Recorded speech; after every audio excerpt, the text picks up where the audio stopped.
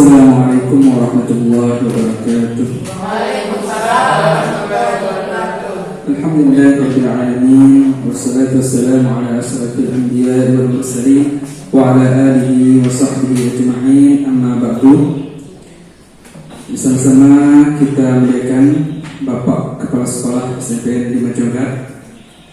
Yang sama-sama kita hormati guru penggerak Angkatan 5 SMP 5 Jonggat, serta Bapak Ibu yang berkesempatan hadir di acara seminar budaya positif, posisi kontrol dan segitiga institusi.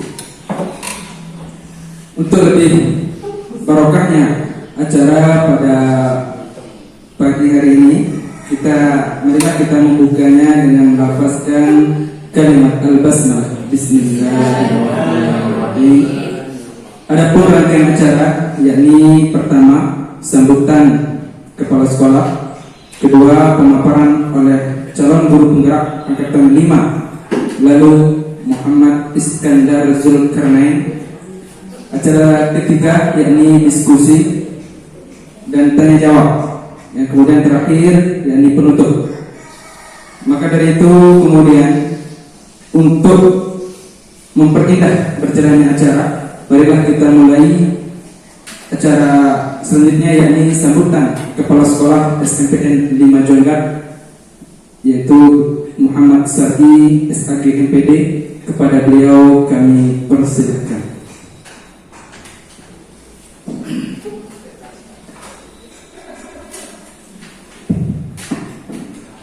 Assalamualaikum warahmatullahi wabarakatuh.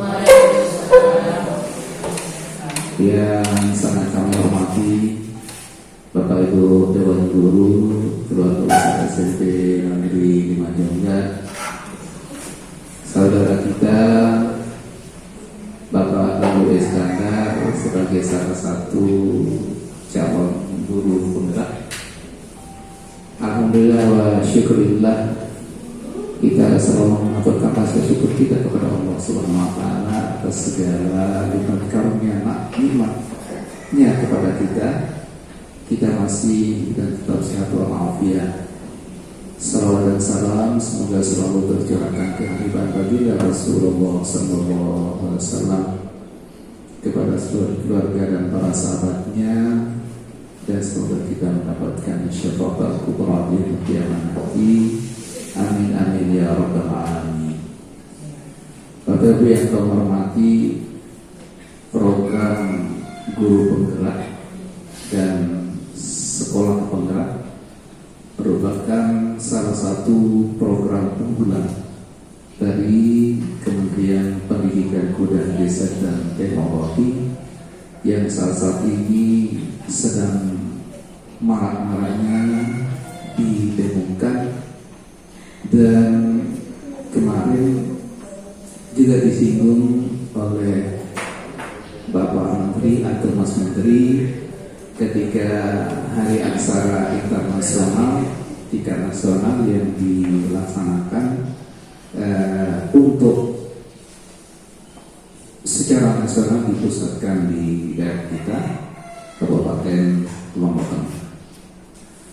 Bapak Ibu yang kami hormati, sungguh program guru penggerak ini merupakan salah satu upaya pemerintah untuk meningkatkan mutu pendidikan secara umum dan secara khusus nanti yang paling diharapkan adalah kita mampu untuk mengaplikasikannya, menerapkannya kepada teman-teman guru yang ada di sekolah, dan yang paling dahsyatkan nanti adalah kita mampu untuk mengembangkannya, melaksanakannya untuk mengembangkan segala potensi yang dimiliki oleh anak didik kita tercinta.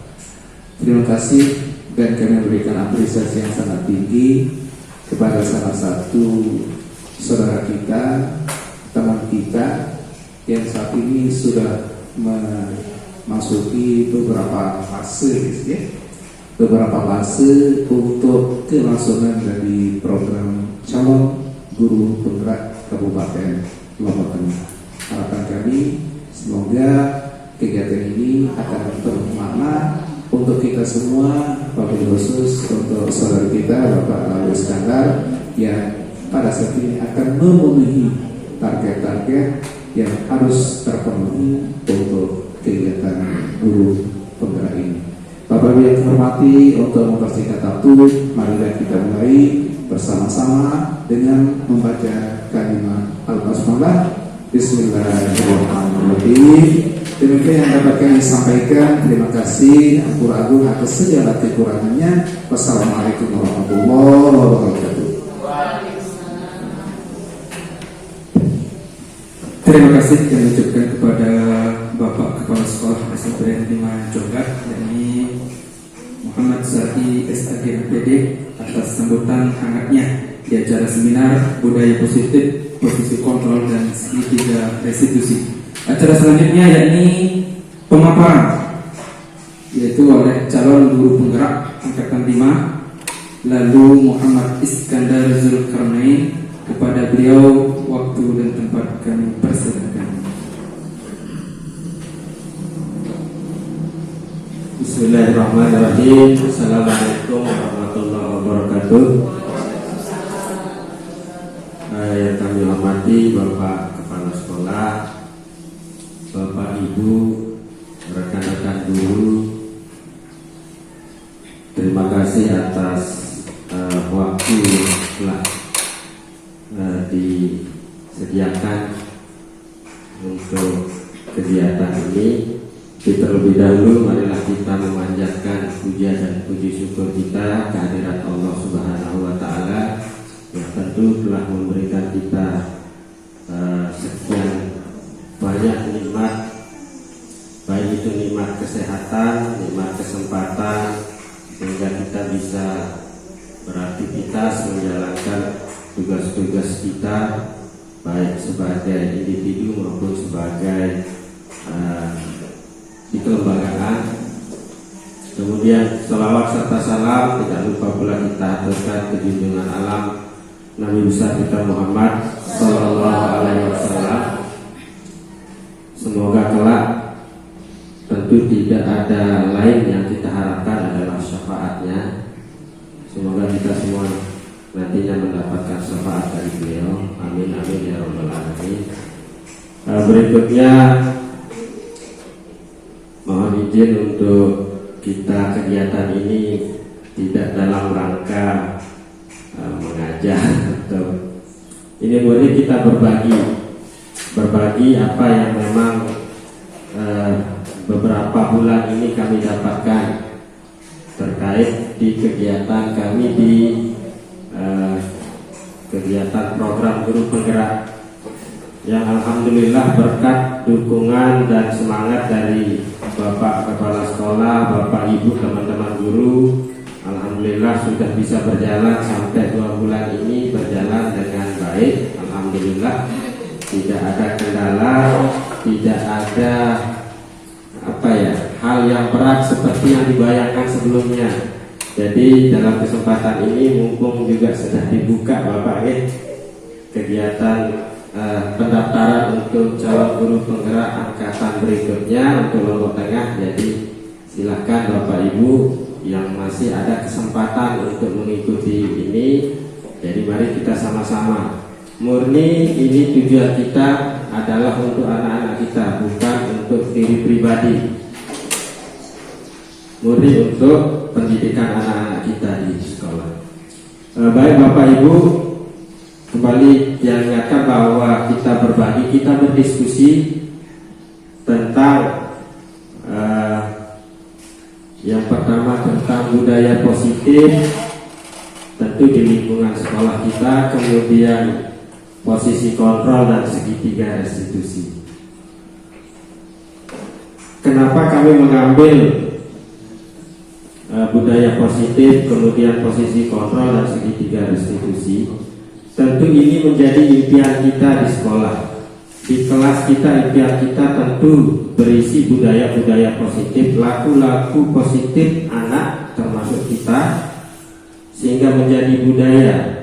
tentu kita punya mimpi di kelas, di sekolah kita, lingkungan itu maunya seperti apa. Berawal dari mimpi kita, tentu semua dari kita menginginkan hal-hal yang positif, termasuk anak, walaupun mungkin ada laku-laku yang masih perlu diperbaiki di anak-anak. Kemudian dalam proses kita menuntun anak, kita mungkin sedikit kembali ke filosofisnya Bapak Ki Hajar Dewantara, bagaimana posisi kita sebagai guru, sebagai pendidik. Tentu ibarat dianalogikan sebagai petani.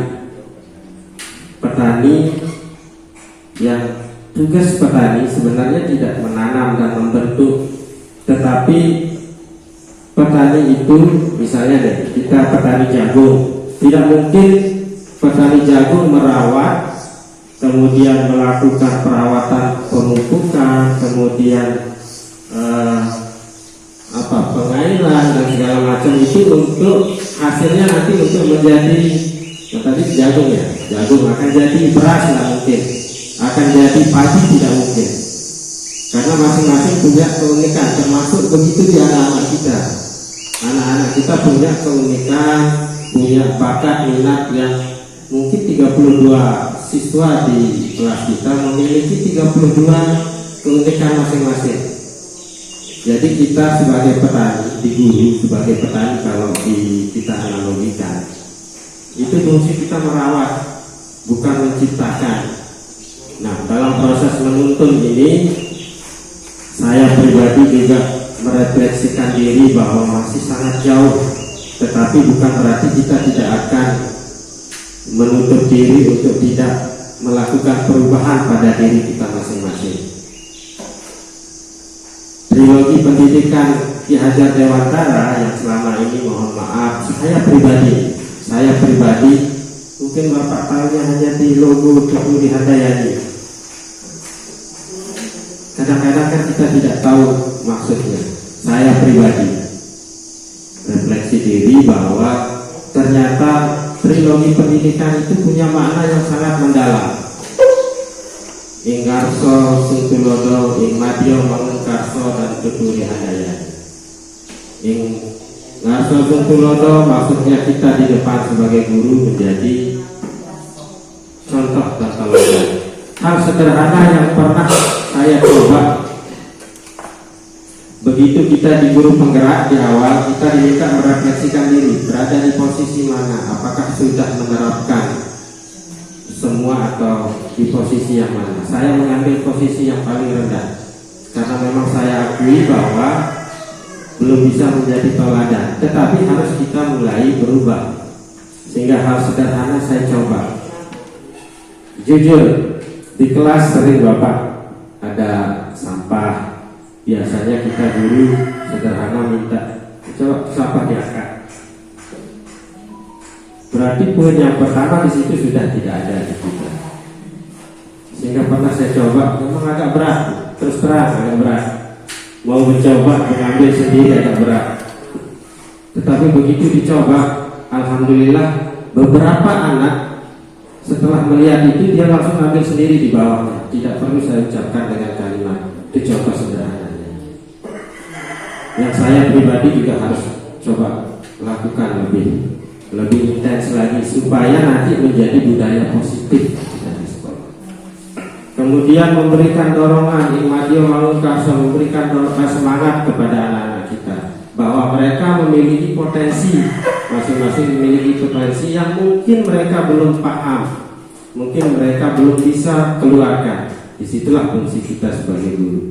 Kemudian yang ketiga, Keduri Handayani mendorong mereka, mendorong supaya bakat-bakat mereka bisa dikeluarkan, potensi-potensi mereka dikeluarkan. Jadi Bapak Ibu, itu sedikit tentang filosofis. Masih banyak pemikiran-pemikiran beliau yang sampai sekarang insya Allah saya pribadi yakini masih sangat relevan dengan perkembangan zaman kita. Nanti kalau Bapak Ibu ingin lebih banyak materi tentang filosofis beliau yang tentu bisa kita gunakan di sekolah. Nanti kami bisa share di PMN yang kemarin di aplikasi itu juga sudah banyak. Mau RPT seperti apa sudah banyak di situ. Aksi nyata, bahkan aksi nyata teman-teman yang kemarin itu bisa diupload di situ. Kita berbagi karena memang kegiatan ini mengedepankan kolaborasi berbagi. Baik Bapak Ibu,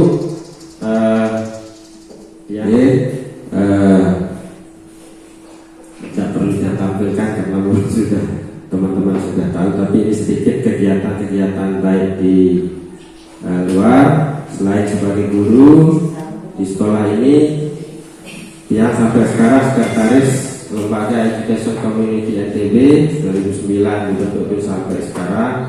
Kemudian SM Lombok Tengah PRC itu yang menangani data-data kemiskinan itu dari 2014 sampai 2019. Kemudian alhamdulillah menjadi instruktur sistem informasi desa NTB 2014 sampai sekarang.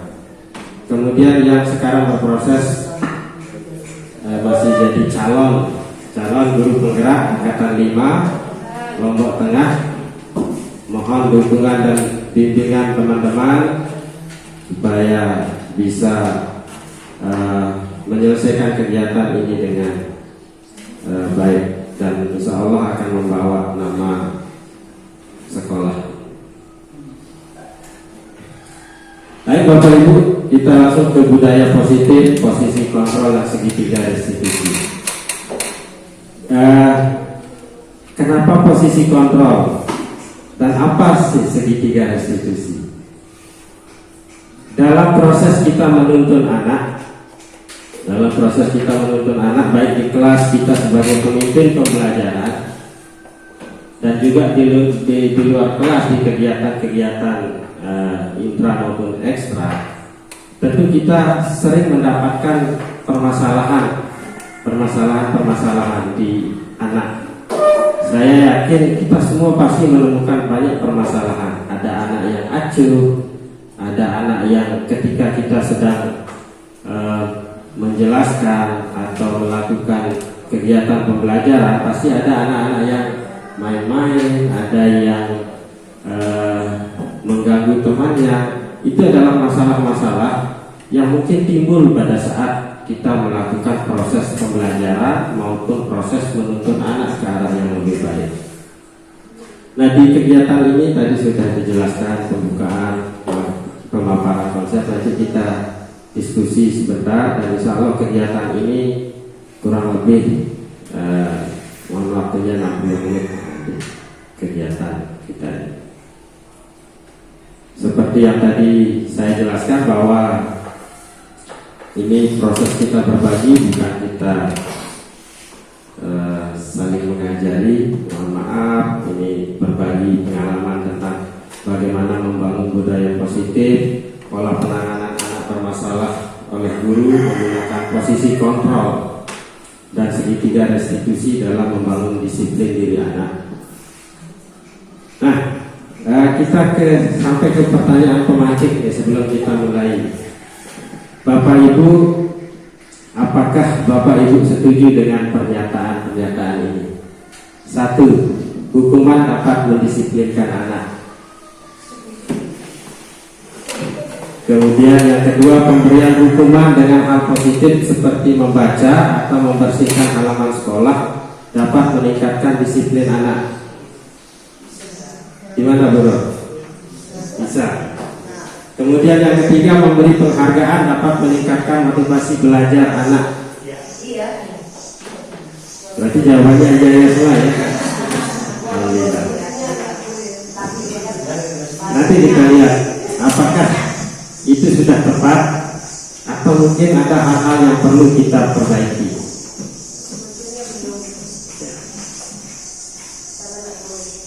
Nah, ada perubahan paradigma teori kontrol. Di sini dikatakan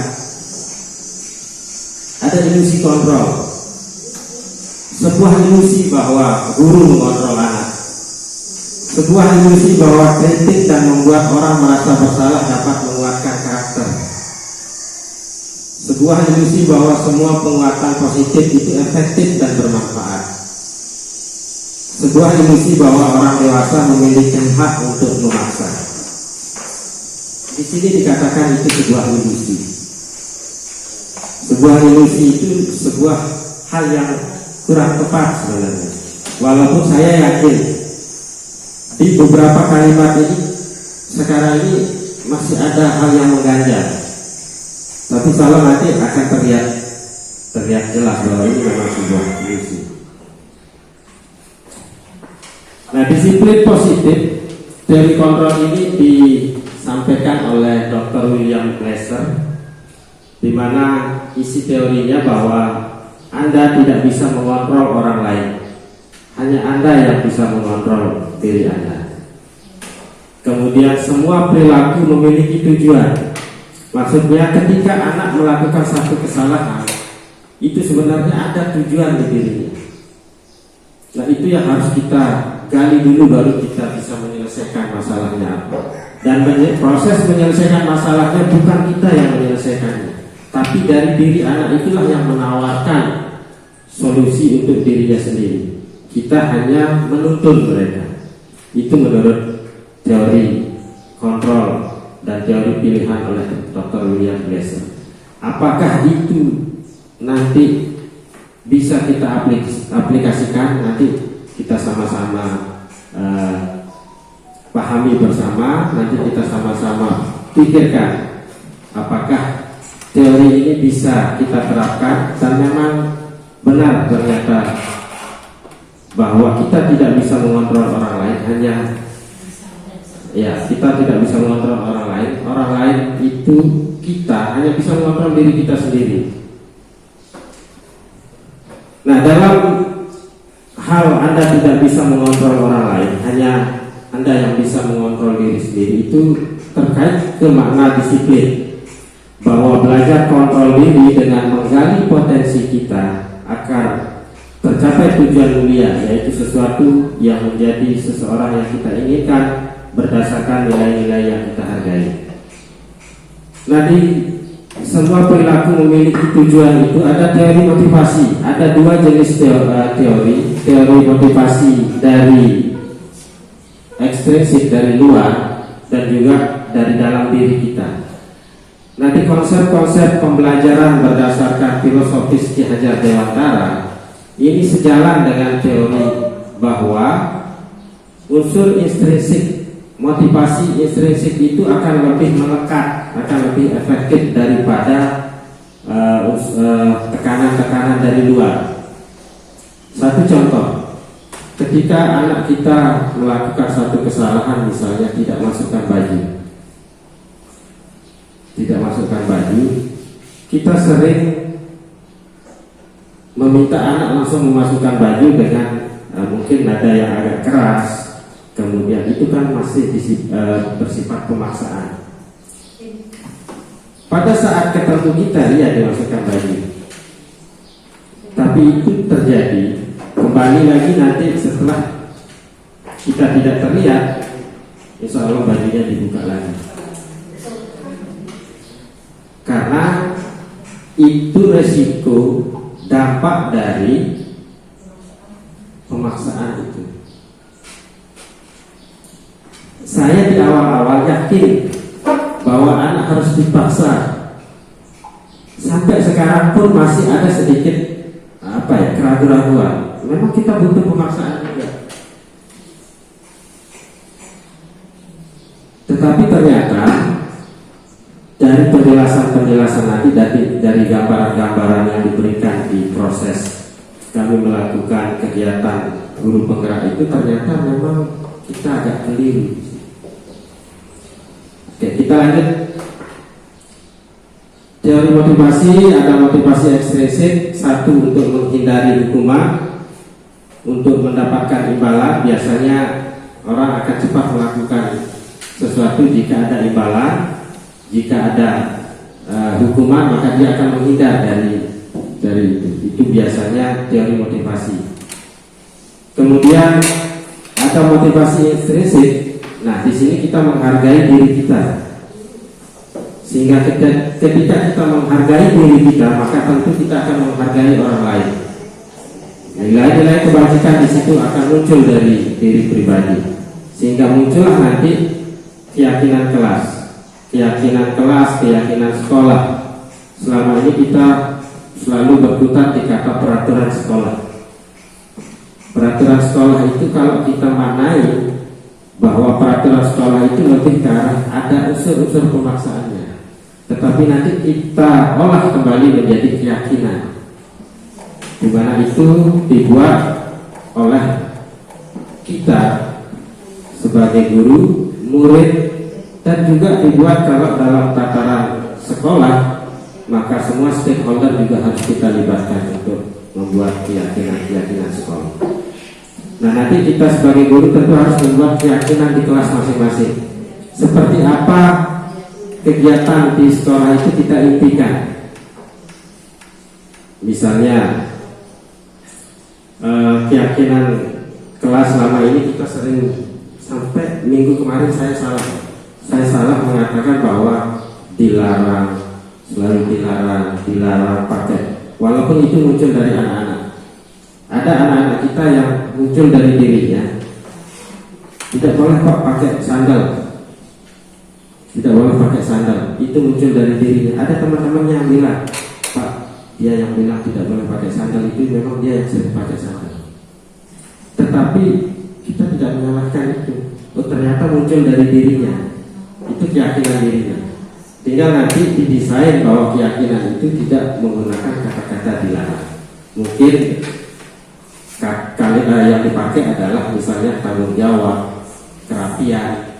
Baru nanti kita turunkan di situ. Kerapian ini maksudnya apa, penjelasannya ke anak.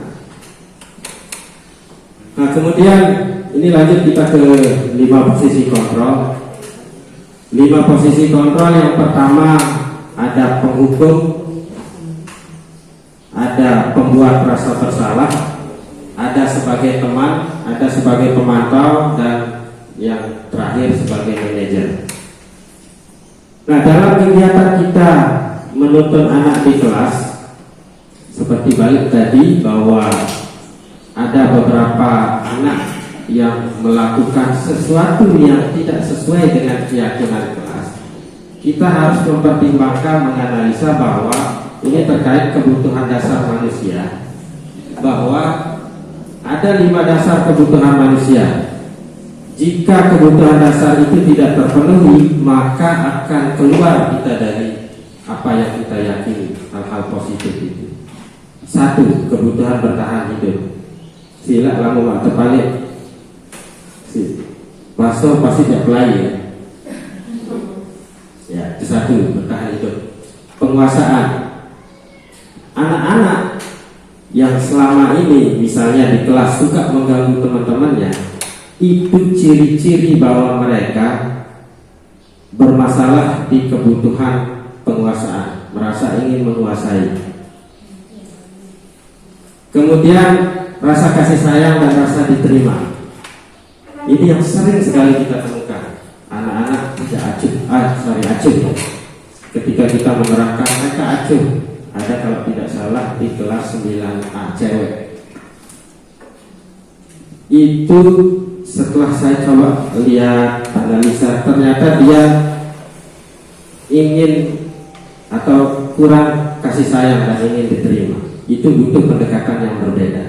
Sehingga tentu nanti arahnya kita akan membuat pembelajaran yang berdiferensiasi sesuai dengan kebutuhan anak-anak. Berikutnya kesenangan. Nah, ini yang sering kita lupakan. Kesenangan. Anak-anak ternyata butuh kebutuhan dasarnya, termasuk kita butuh kesenangan.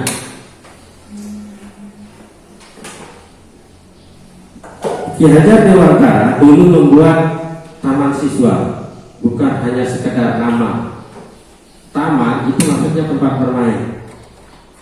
Karena ternyata menurut penelitian bahwa anak-anak kita dari TK sampai SMA itu masih kodratnya kodrat bermain, butuh taman. kelas kita bisa kita jadikan taman, bukan bawa bunganya bukur ke sini. Artinya kita harus membuat pembelajaran itu menyenangkan bagi mereka. Nah, bagaimana membuat pembelajaran yang menyenangkan? Tentu kita harus sebelum pembelajaran berpikir kebutuhan mereka. Ada kesiapan belajarnya seperti apa, gaya belajarnya seperti apa, minat dan bakatnya anak-anak itu seperti apa. Kalau kira-kira ditampilkan dalam bentuk video, sempat diskusi dengan Bapak tadi bahwa ada guru kreatif setiap mau mengajar di kelas A misalnya, dia butuh anaknya banyak. Ini mungkin bisa di bahasa Indonesia, bahasa Inggris, dibuatkan percakapan dengan membuat foto itu, foto anak yang bersangkutan itu dengan mungkin aplikasi kayak kartun itu. Ternyata itu membuat anak-anak senang. Pembelajaran kontekstual membuat anak senang. Pembelajaran yang mengedepankan audio video itu ternyata membuat anak-anak menyenangkan.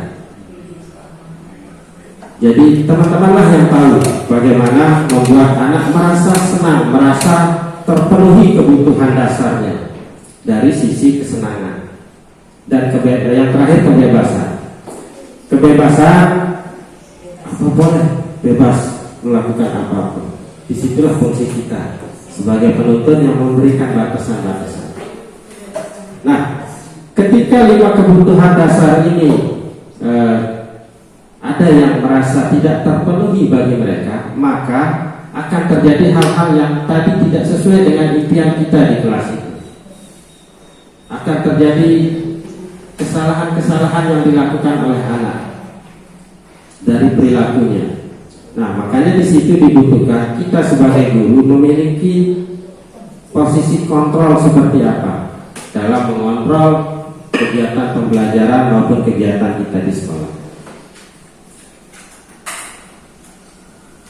Ini nilai-nilai kebajikan universal kita sudah tertuang dalam profil pelajar Pancasila yang teman-teman saya kira sudah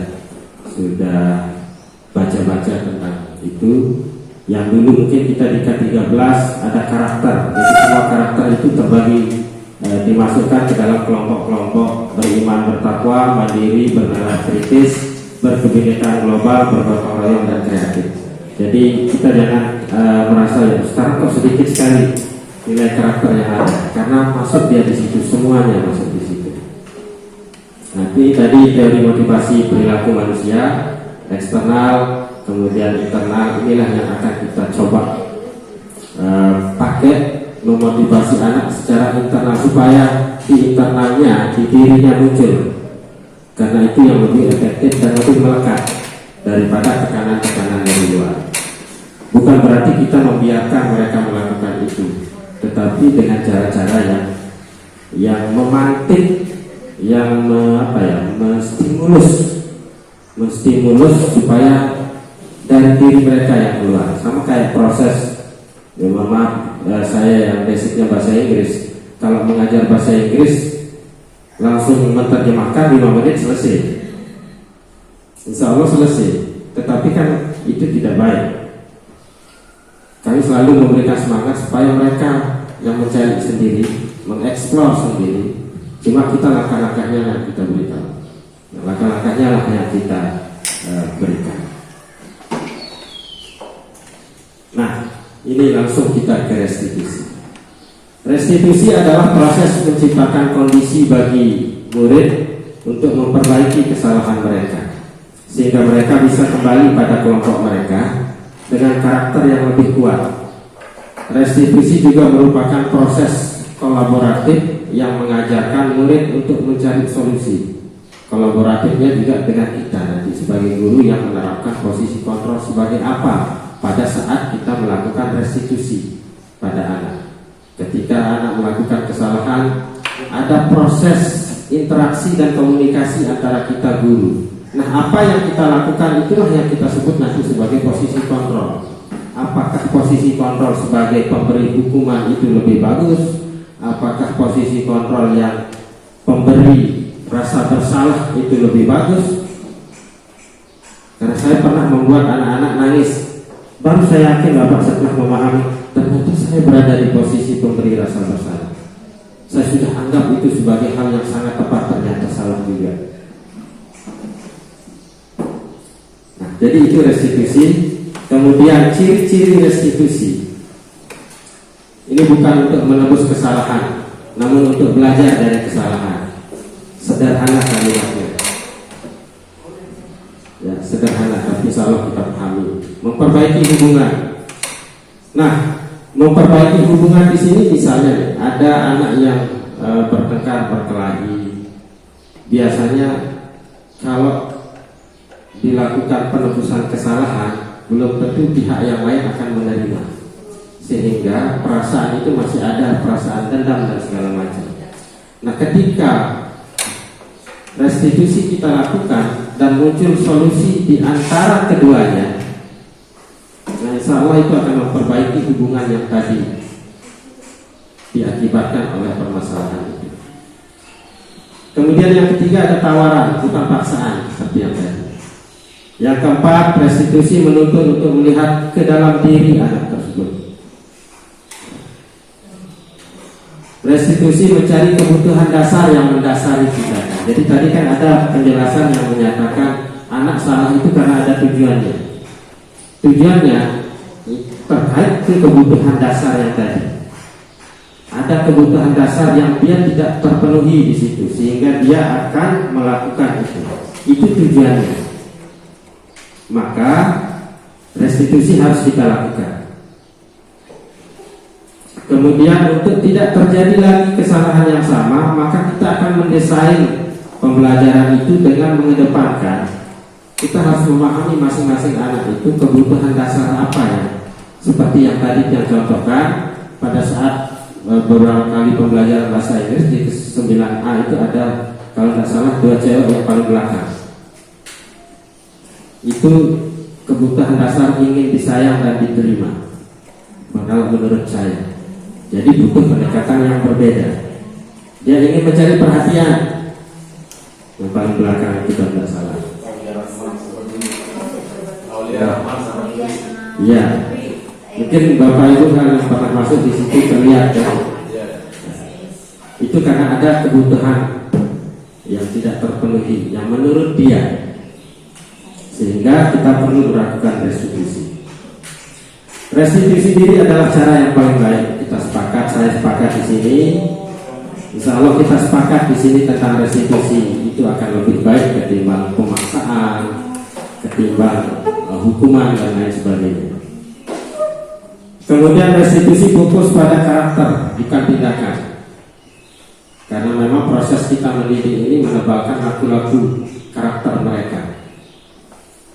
Restitusi fokus pada solusi dari mereka. Kita menawarkan solusi yang dari mereka. Jadi bukan solusinya dari kita. Nah, video bagaimana restitusi itu dijalankan menggunakan segitiga restitusi itu, Bapak Ibu, saya ambil contoh kemarin kita dikasih kasus dikasih. Nah, bagaimana visualisasikan itu dalam bentuk video. Kita minta kemarin bantuan Ali dan beberapa teman-teman yang membantu pengambilan video. Itu prosesnya. Nanti Bapak Ibu bisa lihat nanti di linknya, kita bagikan di grup. Itu proses bagaimana restitusi dijalankan menggunakan segitiga restitusi. Yang terakhir, restitusi mengembalikan murid yang berbuat salah kepada kelompoknya, bukan pada kelompok yang bersalah. Tetapi biasanya kan cenderung mereka malu ketika melakukan kesalahan. Kita memberikan sebagai posisi kontrol, kita memberikan satu hukuman yang mungkin menurut mereka membuat kepercayaan diri mereka turun. Tentu akan malu kembali ke kelompoknya, ke kelasnya, ke teman-temannya. Nah, nanti keyakinan kelas kita mudah-mudahan bisa kita buat nanti mungkin dalam bentuk per kelas, bisa digunakan untuk semua mata pelajaran. Tidak harus keyakinan kelas pada saat pembelajaran bahasa Inggris. Berbeda berbeda-beda. Mungkin bisa kita jaga supaya kita juga bisa mengingatkan anak-anak. Masih ingat nggak tentang keyakinan kelasnya? Kemarin saya mencoba membuat keyakinan kelas di kelas 9. Mereka yang membuat masih saya foto, belum saya perkenalkan untuk ditempel. Tapi mungkin dari teman-teman wali kelas nanti bisa kembali ke kelasnya untuk sama-sama membuat keyakinan kelas. Nah, ini sedikit perbedaan tentang peraturan dan keyakinan kelas. Kenapa tidak menggunakan kata peraturan, keyakinan yang pas, keyakinan kelas? Selalu kembalikan buku ke tempatnya. Kalau di keyakinan kelas, bahasa yang dipakai adalah tanggung jawab, supaya nanti kita bisa elaborasikan. Tanggung jawab itu kan tidak harus hanya mengembalikan, sehingga membuka ruang berpikir anak juga untuk kritis dengan kata-kata di keyakinan kelas. Kemudian dilarang mengganggu orang lain, karena pernah ada penelitian agak tidak boleh menggunakan kata-kata yang sifatnya negatif, dilarang, tidak boleh. Itu orientasinya agak sedikit konotasi, sehingga di sini keyakinan kelas tidak menggunakan itu. Menghormati orang lain, menghormati, berkomitmen. Nah, kayak biasanya banyak hadir tepat waktu. Nah, untuk membuka ruang dielaborasikan, maka kita menggunakan kata berkomitmen supaya bisa dipakai di yang lain. Berkomitmen, ya. Keselamatan, menghormati orang lain dan seterusnya. Kalau nanti ini kami bagikan, kita mengirimkan itu. Nah, ini saya rasa menjadi pengalaman kita yang sering kita lakukan, termasuk diri saya pribadi.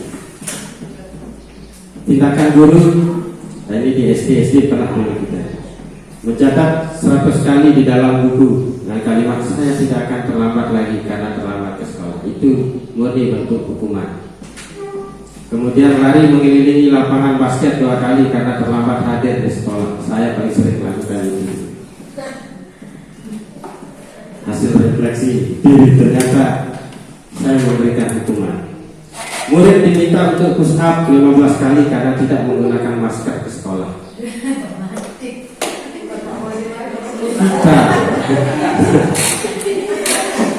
Menggantikan kertas tugas teman yang telah dicoret-coret. Nah, ini yang kayak tadi, memperbaiki hubungan. Itu konsekuensi. Sehingga ada yang menawarkan di kasus kemarin pada saat pembahasan mencoret-coret buku temannya. Di situ ada kesepakatan dengan temannya. Restorasinya muncul dari diri mereka, seganti kertasnya, tas tugasnya, dan itu diterima oleh temannya yang lain, sehingga itu menjadi solusi. Nah, itu contoh-contoh. Nah, perbedaan hukuman dan konsekuensi. Sesuatu yang menyakitkan harus terjadi menurut anak ketika diberikan hukuman. Kalau sudah konsekuensi, mereka dijelaskan tentang keyakinan, kemudian melanggar keyakinan yang sudah mereka lakukan, maka mereka akan berpikir sesuatu itu yang harus terjadi karena yang dia lakukan salah. Membuat anak sakit fisik maupun hati untuk jangka waktu yang lama. Kalau konsekuensi jangka pendek. Nah, itu perbedaan-perbedaan. Nanti lebih lanjut Bapak bisa baca-baca. Nah, itu tadi kita berhukuman konsekuensi. Yang konsekuensi ternyata ada hal yang paling efektif yang kita pakai adalah restitusi. Sesuatu yang menyakitkan harus terjadi, konsekuensi seperti yang tadi. Ternyata ada sekarang hal yang paling efektif yang bisa kita lakukan kaitan dengan tadi meningkatkan budaya positif, menciptakan budaya positif di sekolah, yaitu dengan restitusi tadi. Karena itu merupakan tadi tawaran, sehingga menjadi pilihan bagi mereka, bukan hal yang wajib mereka lakukan karena itu bentuk hukuman, tetapi pilihan. seperti hukuman tidak nyaman untuk murid untuk jangka waktu yang panjang. Biasanya kalau kita, ini pengalaman pribadi di SMA, mungkin ada teman-teman yang dulu di sekolah yang sama, ketika hukuman diberikan dengan terlalu keras, maka itu akan diingat sampai tertua masih diingat ketika hukuman. Murid atau anak akan tersakiti ketika hukuman, tetapi pada saat restitusi dia dikuatkan dengan pemahaman bahwa hal yang dilakukan itu adalah hal yang tidak tepat, kurang baik, tidak sesuai dengan apa yang diyakini di awal. Saya yakin ketika anak-anak ditanya kedepannya mau jadi apa, pasti akan memilih hal yang baik. Nah, itu adalah keyakinan mereka. Maka ketika mereka melakukan kesalahan, kita harus mengingatkan mereka tentang keyakinan yang ada pada diri mereka, sehingga solusinya akan muncul dari mereka. Itu maksudnya restitusi.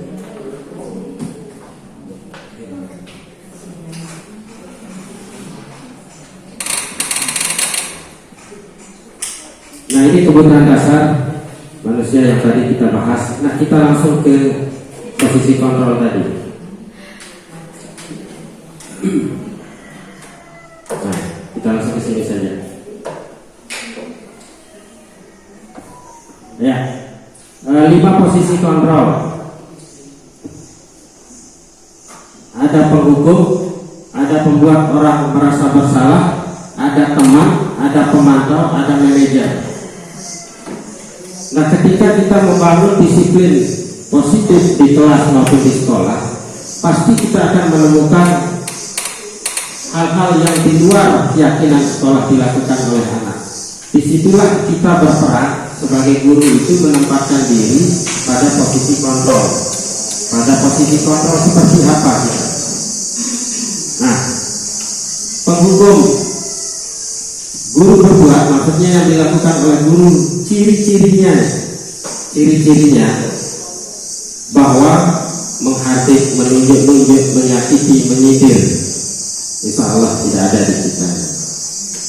Kemudian guru akan berkata biasanya ketika anak salah, mengatakan, kalau kamu tidak melakukannya, awas kalau mandek. Nah, itu contohnya, indikatornya. Kemudian hasilnya anak-anak akan memberontak, menyalahkan orang lain, berbohong. Satu contoh, pengalaman pribadi di kelas 9 ada anak yang salah, saya tunjuk, pasti dia nyalahkan temannya, ya, karena kita sering ngasih hukuman. Kemudian kaitan dengan dunia berkualitas, murid meletakkan guru di luar dunia, artinya tidak senang di kita. Di anak itu punya dunia berkualitas yang menurut mereka ada di situ, siapa saja yang ada di dunia mereka. Maka dia akan menempatkan guru yang sebagai penghukum itu di luar dunia mereka. Artinya tidak senang ke kita. Murid akan berkata, biarkan saja, nanti juga marah-marah lagi. Paling sekedar sini, paling suruh pelai, paling disuruh lari. Oke. Dampak pada murid, kesalahan itu akan diulang-ulang. Itu sebagai penghukum. Kemudian sebagai pembuat orang merasa bersalah. Nah, posisi anak di kedua jenis ini, dia akan menghindari hukuman. Tapi ingat, menghindari hukuman itu biasanya pada saat dia ketemu kita. Jadi tidak terbentuk di karakternya. Pembuat orang merasa bersalah, berceramah dan mengatakan, seharusnya kamu begini, Bapak kecewa, kamu kok tidak memperhatikan. Kita buat mereka seolah-olah mereka bersalah dengan apa yang dia lakukan.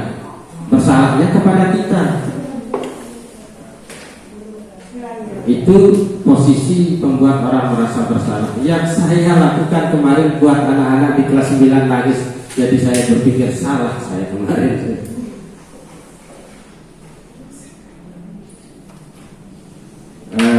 Kamu, guru akan berkata, kamu seharusnya, kamu sudah tahu, itu lelah sekali, lelah saja demi ibadah. Hasilnya, anak-anak akan menyembunyikan, di depan kita akan menyembunyikan. Dia akan berusaha khusyuk memperhatikan, padahal hatinya kita tidak tahu kemana. Ya. Dia akan menyangkal, berbohong. Murid meletakkan guru di dalam dunia berkualitas. Dia senang ketika senang dia, tapi tidak benar-benar dalam panutannya. Murid akan berkata, maafkan saya Pak. Ini sering kita temukan. Tetapi dampaknya akan merasa rendah diri dari yang lain. Ketika yang lain tidak melakukan kesalahan, dia merasa karena kita buat dia bersalah, dia akan merasa rendah diri, teman-teman. Berikutnya ada teman, ada pemantau. Teman, cuma ini pada posisi kita lanjut saja bahwa manajer itu adalah posisi kontrol yang paling bagus. Dalam proses kita memposisikan diri sebagai manajer, kita memerlukan posisi sebagai teman pada suatu saat. Pada saat-saat tertentu kita butuh menjadi teman. Pada saat-saat tertentu kita harus tetap menjadi pemantau, tetapi tidak menghilangkan peran kita sebagai manajer di dalam. Kita lihat satu persatu. Ciri-cirinya seperti apa? Kalau teman itu membuat alasan-alasan untuk murid-muridnya, berusaha mendekat ke anak. Pola pendekatannya sebagai seorang teman boleh dipakai pada saat-saat tertentu, tetapi tidak murni full kegiatan kita itu memposisikan diri hanya sebagai teman. Karena nanti tentu anak akan menganggap kita bagaimana berperilaku itu seperti ke temannya. Kemudian ciri-cirinya nih, guru akan berkata, ayolah lakukan demi ibu, bantu ibu. Ternyata menjadi ciri-ciri bahwa kita menjadi seorang teman. Bantu ibu.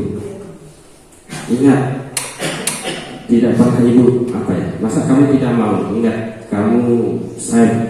ibu sering bantu, bapak sering bantu. Itu mengingatkan. Itu biasanya percakapan antar teman. Nah, hasilnya ini ketergantungan. Ketergantungannya bagaimana? Di kelas, ketika seorang guru A memposisikan diri sebagai teman, saya yakin kelas itu akan merasa senang dengan guru tersebut. Tetapi pada saat guru yang lain datang, karena tidak berposisi sebagai teman, maka tidak akan lagi. Artinya itu ketergantungan. Beda ketika potensi dirinya dari keyakinannya, maka siapapun guru akan, karena itu dia sudah punya satu keyakinan bahwa bertanggung jawab, mandiri, menghargai adalah keyakinan diri mereka yang dibentuk dari proses restitusi dengan guru yang memposisikan dirinya sebagai manajer.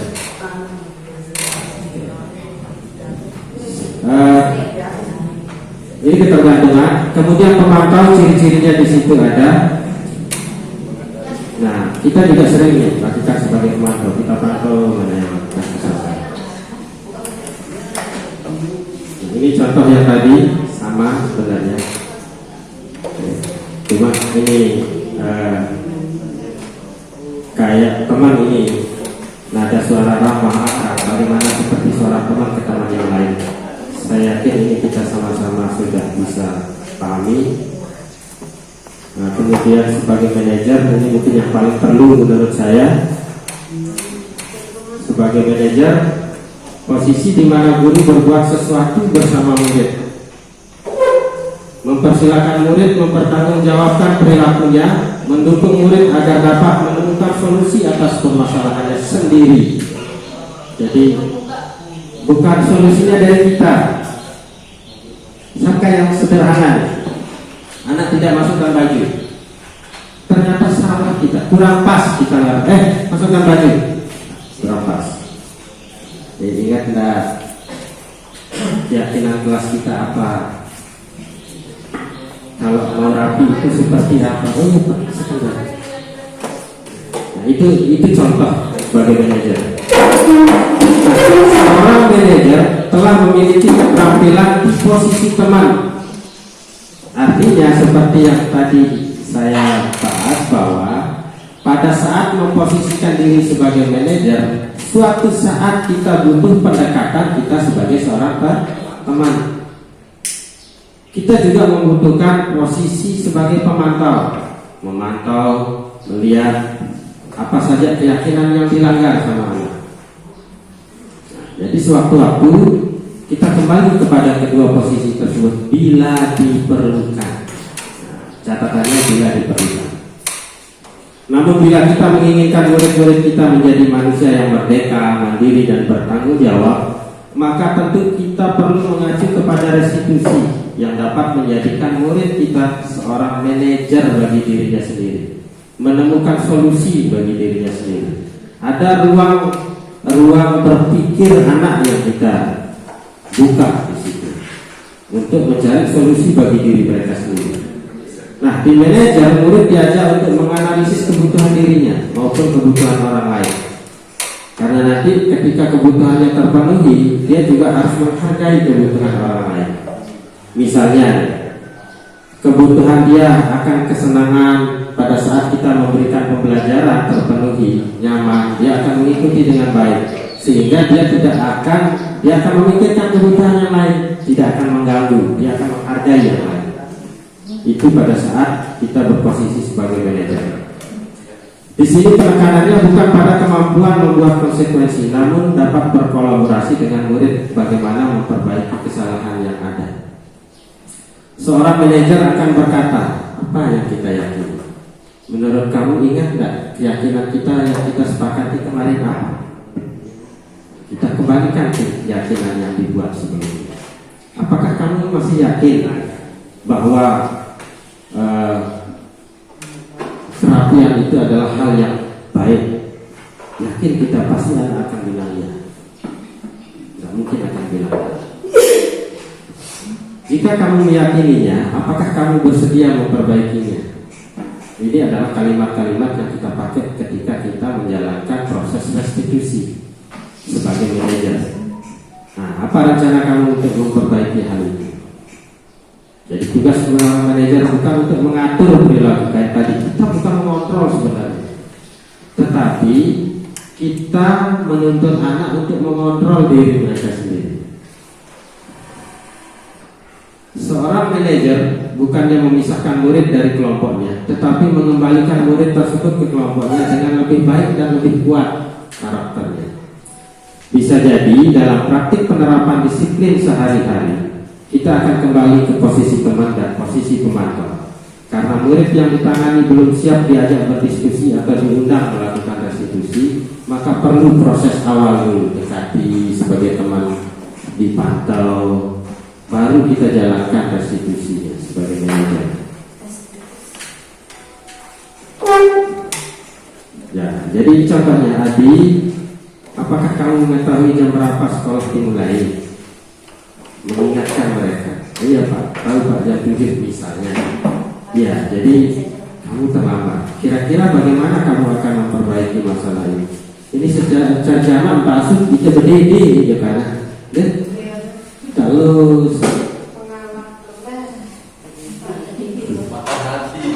ya, yakin saya di awal-awal makan hati kita, benar Mas Ridhan. Kadang-kadang sering kemarin sesudah mendapatkan materi ini ada anak langsung saya keras, saya ingat kembali. Mudah-mudahan seperti itu lagi. Saya masih belum dalam tahap benar-benar melakukan ini, tetapi insya Allah saya sedang berusaha untuk melakukan proses restitusi kan, seperti posisi manajer. Saya bisa menanyakan teman saya, Pak, untuk mengejar tugas yang tertinggal. Nah, ini contoh solusi yang dari mereka. Padahal ini kan yang kita tanyakan masalah keterlambatannya. Ternyata anak mampu berpikir sampai ke arah tugas karena terlambatnya itu. Baik, itu bisa dilakukan. Apakah besok akan ada masalah untuk kamu agar bisa hadir tepat waktu ke sekolah? Contoh, anak sering begadang sehingga telat kan? Sehingga telat. Nah, mungkin ini bisa jadi contoh kasus kita untuk kita lakukan uji coba restitusi anak-anak yang telat. Coba seperti itu ya. Ya. Nah, ini contoh sebagai manajer. Nah, ini kita diminta tulus banget. Pada posisi manajer, maka suara guru sebaiknya tulus. Kayak Bu Kur yang senang dengar lagu Tulus. Jadi tidak perlu marah, tidak perlu meninggikan suara, apalagi menunjuk-nunjuk jari ke murid, berkaca pinggang atau bersikap seolah-olah menyesal. Tampak sedih sekali akan perbuatan murid ataupun bersenda gurau menempatkan diri sebagai murid. Fokus ada pada murid, bukan untuk membahagiakan guru atau orang tua. Murid sudah mengetahui adanya suatu masalah dan sesuatu perlu terjadi. Bila guru mengambil posisi pemantau, guru akan melihat apa konsekuensi, apa peraturannya. Namun pada posisi manajer, guru akan mengembalikan tanggung jawab kepada murid untuk mencari jalan keluar permasalahannya. Tentu dengan proses tuntunan kita. Kembali lagi ke bagaimana konsep Ki Hajar Dewantara. Kita menuntut. Jangan sampai gara-gara kesalahan posisi kontrol yang kita gunakan itu mengakibatkan kepercayaan diri anak sampai dia dewasa dan berpengaruh kepada profesinya ke depan. Yang kita khawatirkan. Jangan sampai.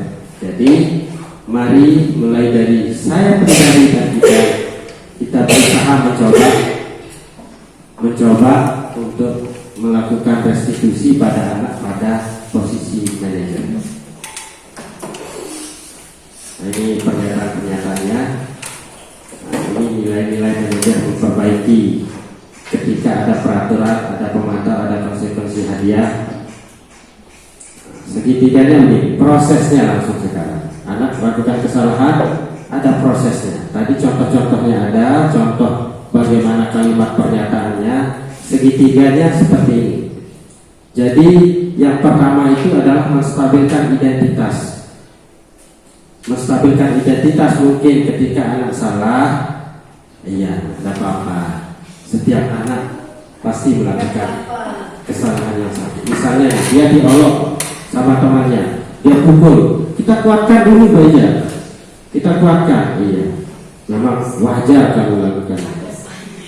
Wajar kamu lakukan. Itu namanya proses menstabilkan identitas. Buat dia senang dulu.